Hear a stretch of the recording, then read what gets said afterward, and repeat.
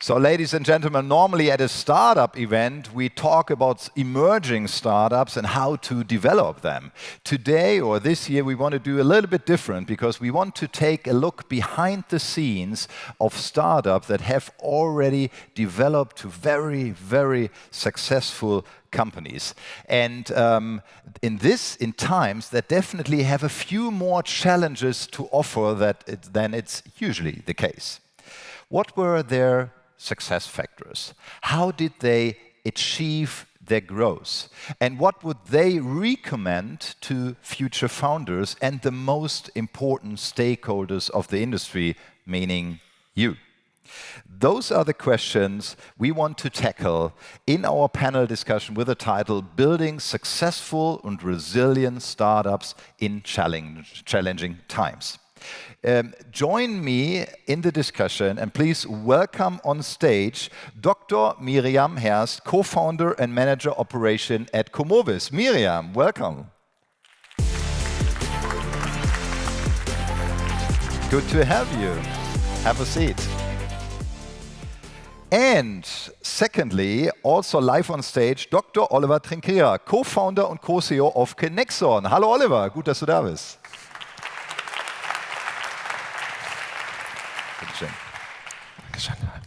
And hopefully virtually connected here to us, please give a warm applause to James DeMuth, I hope I pronounced the name correctly, also co-founder and co-CEO at Seurat. James, are you here? Ah, here. I am here. Can you hear me? Good to have you. Terrific. So, good to have you all here. It's totally different than the other times because you are already done so far, right, Miriam? I still remember a conversation with you a few years ago. I think it was together with Alexander, where we talked about the challenges of a startup in the medical sector. And in addition, if we look at the recent years, there have been a few more unexpected challenges for you. So if you look back to 2017 when you started, would you say you already envisioned the path of Kumovis? And what would you say were the decisive steps to get here today? Well, right from the beginning, providing a solution for medical, for high-performance polymers was our motivation. And that this approach somehow worked out for us is great to see today. And I think, yes, throughout those years, it was not always easy for us to stay focused on medical, to stay focused on a solution for high-performance polymers, because we knew, or we were also fearing, that we might miss other opportunities. But at the end, this was what made us overcome those challenges in the field of technological or also regulatory aspects. And this helped us to be where we are today, yes. What would be interesting for me is the regional focus of your offering, but we will come to that later. James, good to have you here in this discussion. I really like your approach of sustainable reshoring. That was something really impressive for me. And it seems that I'm not alone in this liking, as companies all over the world are working with Seurat. Is Seurat, hopefully is the right pronunciation, coming from a French painter, I think. I think it's easy to formulate a vision, but in your case, it's important to realize this. So what was bringing you forward, and how did you get to the point of today? Well, first off, thank you for having me. Wish I could be there in person. My colleague, John Rushton, is there in the audience here, so make sure to say hello. To answer your question, the story is still being written, of course, but so far it's been a terrific journey, right? We, of course, have more to do. But we've come so far along the way. Right? We were founded in 2015. We're about 7 years, 3 months, 9 days old, but who's counting? And we've gone from 2 founders with a vision to 82 incredible team members and growing week over week. Our vision, simply put, is to change the future of manufacturing. Right? We want to make making real life parts as easy as programming in bits and bytes as it is in the software world today. Right? We started off by trying to solve some big problems in fusion energy, and we found that metal 3D printing was far too slow and too expensive to do what we needed to do, so we needed to come up with something new, right? We took a process that was serial, effectively like writing a letter with a pen, and turned it into something that is massively parallel, right? Like the printing press. And that's what we call area printing, right? And it's through that process and with our incredible team that we're able to, I think, lay out a future where we get the price of metal additive to below that of conventional manufacturing. And I think as Arno mentioned earlier, right? I mean, we need more applications. And by lowering those price of goods, you can enable those applications. If you can first, meet that price target, then all the other benefits of additive become icing on the cake. You just took away some of the biggest barriers to entry. And that means you've greased the skids for more and more applications. And frankly, the future is going to be about what creative minds can come up with, what the ingenuity is going to be of engineers and designers to make things that were never before possible that are now financially viable and can have incredible performance. And when you enable scale, that's when you can start to talk about the impacts that scale has on supply chain, on emissions, on climate, on sustainability, you name it. But it only happens when you get to scale. And so that's what we're looking to do. Very good. Thank you so much. Oliver, I'm, funny enough, interested either in product optimization from my profession, and on the other side, in private life, I play a lot of basketball. But honestly, I never thought that this belongs together, but in your company it does. So it's kind of an overlap of concept. Is this openness of Kinexon in terms of application a secret for your success? What would you say? I would say definitely yes. Openness is, I think, one of the key enablers to identify customer needs, to identify market opportunities, and brought us also to that constellation with two different fields of application that, however, if you look behind the scenes, share some very common characteristics. Both worlds are characterized by a lot of manual operations, and both want to automate these operations in the future. And the skill that we provided to both verticals is that we can take any kind of physical environment where you have people and different objects moving around, translate it into a digital twin, and then use very simple applications, but powerful applications that help you to make processes visible, to optimize those processes, to automate them. And this has been a key enabler to increase not just the productivity in those two segments, but also, I would say, to make them more resilient in many regards. I can give you two examples. So if you take a football court and you translate it into a digital twin, you can automate, for example, offside detections. This will happen now at the FIFA World Cup in Qatar. It's the first time in history of soccer that a chip will be included in the football. So now really digital technology makes it to the centerpiece of that sport. Another example is if you go into a factory. I'm not sure what your impression is, but I was always wondering how are all these different things coordinated, orchestrated with each other. And the answer that I always received is we do not have a central instance that coordinates the tool with the car, the robot, the boxes, etc. And so this is the same field of application where we also connect with the physical world and really find ways of how to orchestrate that physical world so that you can not just become more productive, but also more resilient. And what is a growing demand in the market, very quickly growing, greener operations. Very interesting. And I remember Arno just mentioned applications, and I remember a very interesting impulse speech in the past where it's about application. Would you say, are your customers sometimes irritated by the two streams, or is that something that they understand right away? No, I think they are rather complementary to each other. So if you have the opportunity that your solution is showcased at the FIFA Qatar World Cup, that's a very welcome advertisement for all the other solutions that you have in place. And it's one, I would say, if not the most emotional channel to get in contact with people. As you said, you're fascinated about basketball. We would have immediately a direct conversation about that.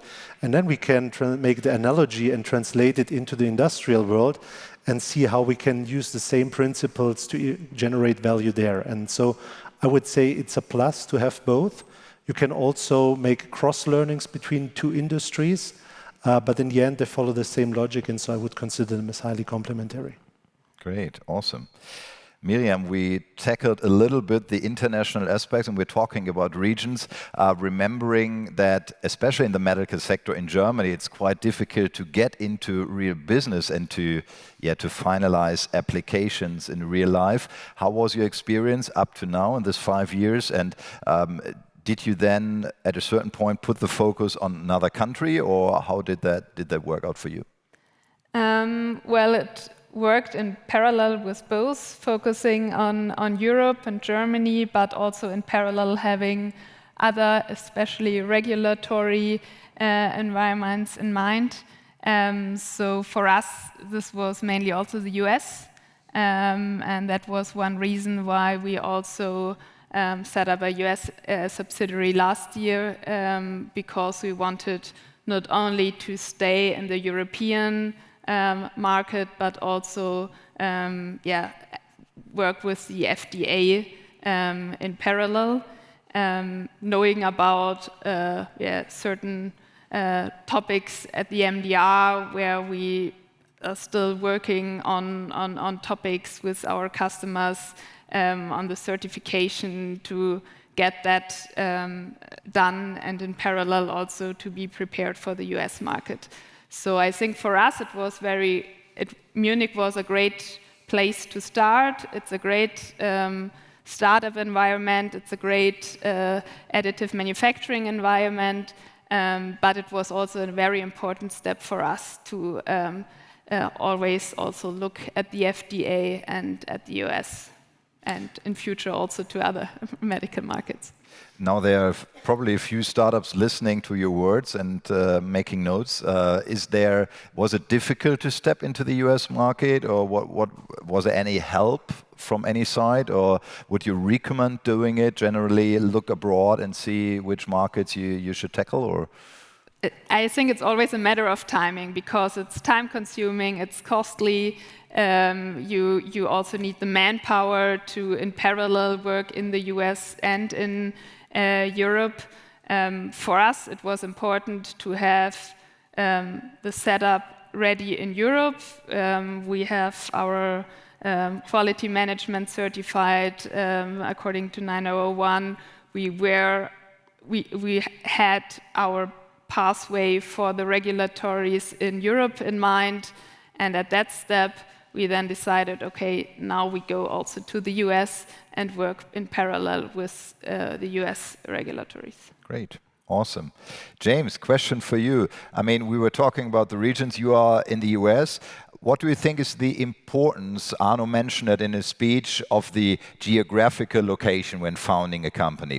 How was it in the US, and do you see other startups founding in other countries that are like competition, and do you see any differences in founding? Yeah, so we were actually founded originally out in the San Francisco Bay Area. I was at Lawrence Livermore National Laboratory at the time. My co-founder was in the South Bay, and we did our sort of initial fundraising there, and I think that was frankly helpful for a lot of reasons. One was we were amidst the terrific venture capital environment that is there. But as we were going off to hire talent, one of the big reasons why we as soon as we raised our first round, we located our site in the Boston area was because the incredible amount of team and talent that's there that we could build, that has got experience with hardware, that has experience with controls, that has experience with hands-on equipment building and machine building and so forth. I think, where are you? I think it depends on what it is that you're trying to do, right? And what's your business model? Are you B2C? Are you B2B? Are you working with hardware? Are you working with software? I mean, these all have incredible implications, right? If you need to physically be present and you need to be working with customers, I think there's 3 rules of real estate that we probably all know, and those are location, location, location, right? So I think that if you're able to decouple, and especially as a startup in early years, there's potential opportunity to be insulated from that outside environment, and then it's a situation of be wherever you're going to be the most productive and you're going to get the most done. So again, it really depends on what it is that your business does, what it is that you're trying to do. From our perspective, we went where there was the skill sets that we needed. The Boston area has been a hub, a mecca for additive manufacturing, 3D printing for decades, and not many other places can say decades, right? So it's a terrific environment, and the skill set that we also have is telecom industry and crystal growth and automation. It's pretty prevalent where we are, and it's relative to the Bay Area, it's more affordable too. So you have to pick and choose a lot of those different factors there. So obviously access to venture capital is a big factor as well, and should definitely be considered, because as a startup, you're gonna, especially as a CEO in a startup and a founding team member, you're going to spend a fair amount of time fundraising and outward focused in a lot of ways. So worth considering. Very good. Kinexon, I remember you pitching, by the way, a few years ago with Kinexon. What were basically the success factors for you in the journey up to now? And how did you keep on the momentum while progressing? And when did you decide, sorry, 3 questions in one, and when did you decide to open and to go abroad with Kinexon? Was it also pushed by an investor, or was it your own approach? Let me maybe start with what were the success factors. I think there are different ways how you can found a company. One is the strong intention to found a company, and then you're looking for the idea. In our case, it was the other way around. So we identified the problem, the customer need, and then the idea for Kinexon was born. And I think this radical customer orientation, problem-solving mentality was the core at the beginning, and still is a very important core even today. If you then look beyond, I think there are many success factors, and we could certainly go beyond the scope of time that we have in this session. But what we always again and again identify is that you all know the idiom that culture eats strategy for breakfast, and a strong company culture is a fundament for so many other aspects that follow, like for example, the way how you work, the way how you communicate, the way how you evaluate and evaluate performance, etc. So I think culture has always been a very important aspect in that equation, and you as a founder have also a unique opportunity to shape that culture and to communicate it from generation to generation. Now, to your second question, what was the motivation to go abroad? Actually, there is a differentiated view on the sports and on the industrial side of the business, because in the sports context, we always were wondering, if we had $1 to spend, where do we believe will receive the highest return for that? And it was obvious that this will be in the US, because in the US, the sports industry is huge. You have a high openness and a high affinity for technology, and the data monetization models were already in place. So we started as a German company in the US market, which was somehow at the beginning, of course, difficult, because people were looking at us and saying, hey, why does a German company come to the US and now you want to conquer the NBA icons, the NFL icons, etc.? We have so many tech companies here. Why do we need you? And this was even a higher motivation for us to succeed. And I think after 2.5 years, we had more than 80% of NBA clubs, for example, under contract, which is close to a monopoly. So it was, I would say, a successful step to the US. If we're talking about the industrial world, and this is maybe also a very interesting note in the context of additive manufacturing, imagine a company that gets founded in the Silicon Valley. I was talking about customer orientation, problem solving. Where are the factories in the Silicon Valley? Where are the huge logistics centers? If you compare it to Europe, especially to Germany, Austria, Switzerland, we have a density that is a multiple higher than in the US, especially in the Valley. So for us, it was a big plus to invest that €1 that we invested into the industrial business right here in Europe, in the southern Germany area, because in 1 hour, I can reach many of the logos that I see here in the background, and I can iterate and manage the market entry much faster. So there I would say that we had a quite differentiated view on markets, always with a clear consideration, where do we expect the biggest return and the biggest scaling potential for every dollar that we invest. Awesome, awesome. Miriam, taking on the point of Kinexon, what are your next steps? I mean, you just have been acquired. Is that sorry if I ask that frankly, is that considered as a success to be acquired? Yes, I think for us it was now the right timing. I've mentioned the step to go to the US last year, and now following this year with 3D Systems to have really also big background in the US, also especially in the healthcare market there, is for us and a big success that we now also can accelerate our aims for internationalization, for providing more and more systems to customers around the world, in Europe, in the Americas especially. And that was for us a big step and important step. And we already see that this also works out and helps us to reach more customers also in the US. Great. So you're still focused on the targets you had with Kumovis, and now you have an accelerator that brings you even faster forward than before. Great. Yeah. Awesome. James, coming back to your vision that I like really much, what are your next concrete steps and targets? How far have you reached the vision already? That would be great to know. Sure, yeah. So we build machines. We then operate those machines as a contract manufacturer, working with customers and large OEMs to manufacture their parts.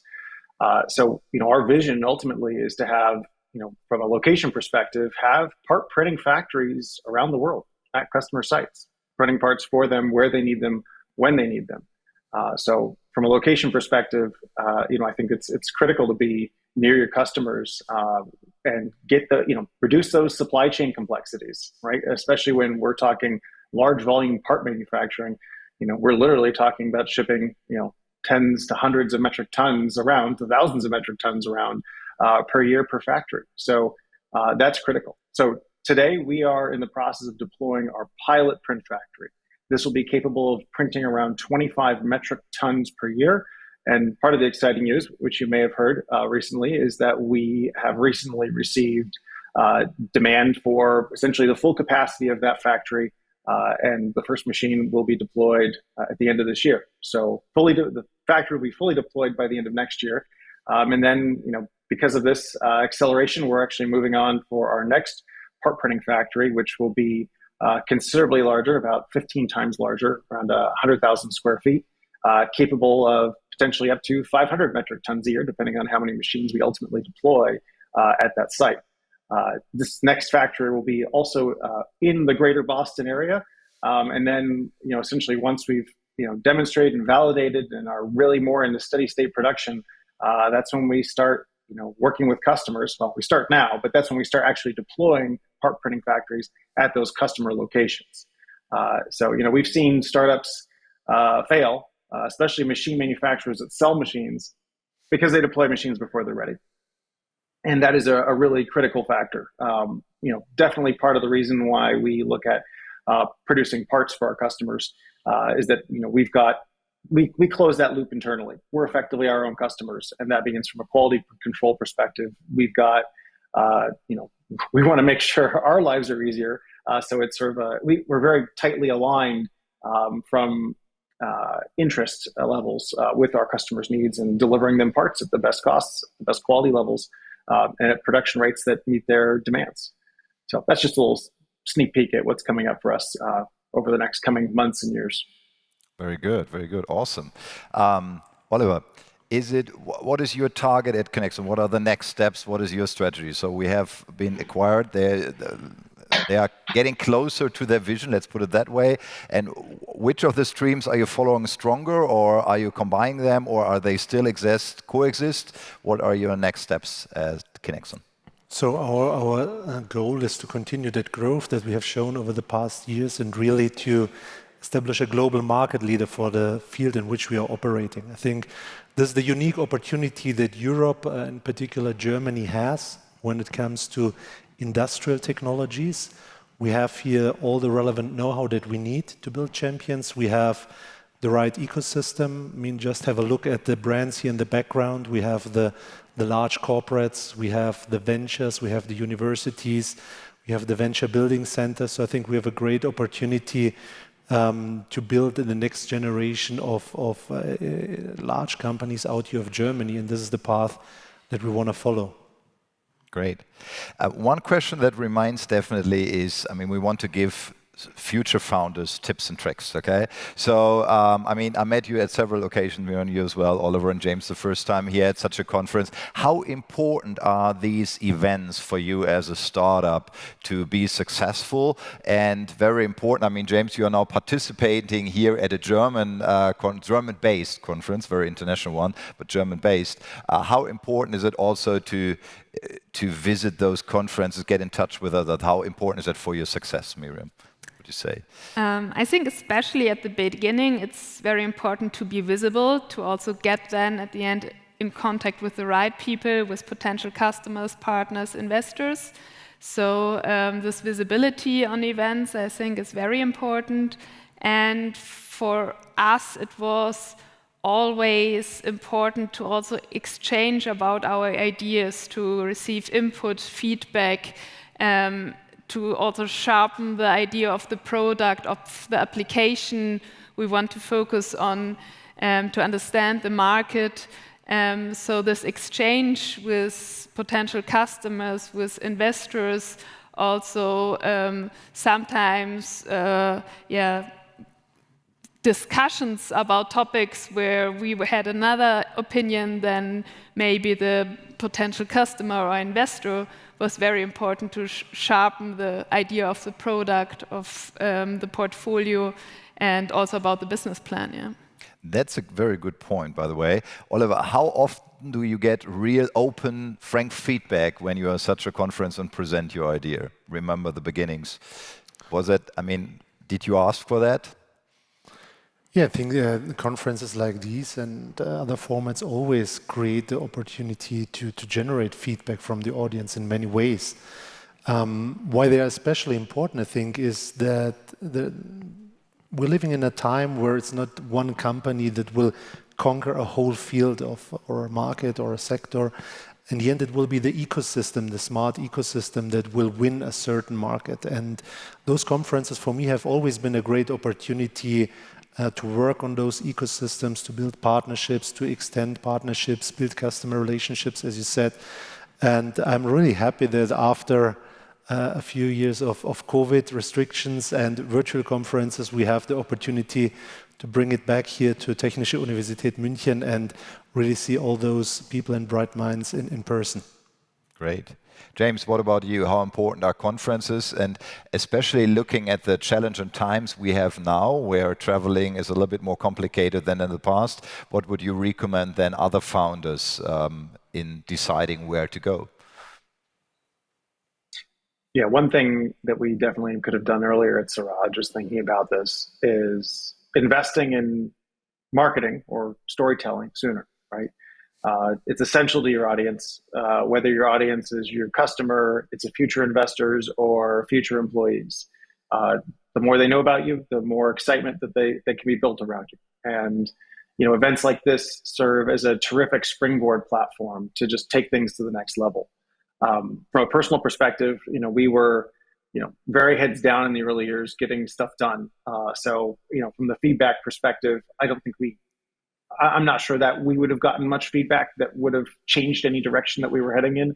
But I think we could have gotten more visibility by being more outspoken earlier from investor, customer, future employee level, and who knows what would have happened, right?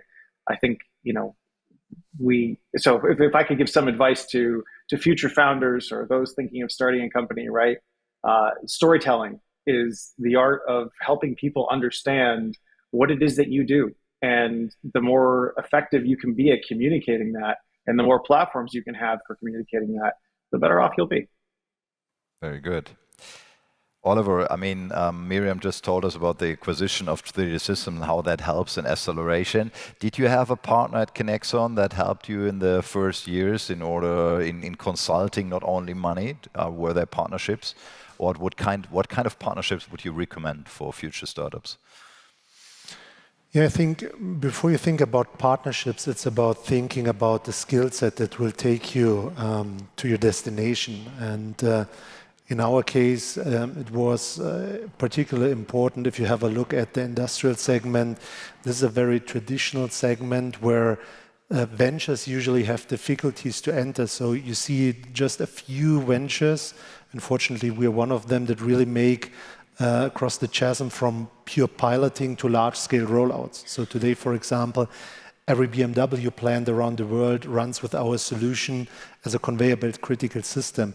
To bridge that gap, you need that industrial power. That's why we involved, first of all, industrial partners, like, for example, Oerlikon, like a BMW and others.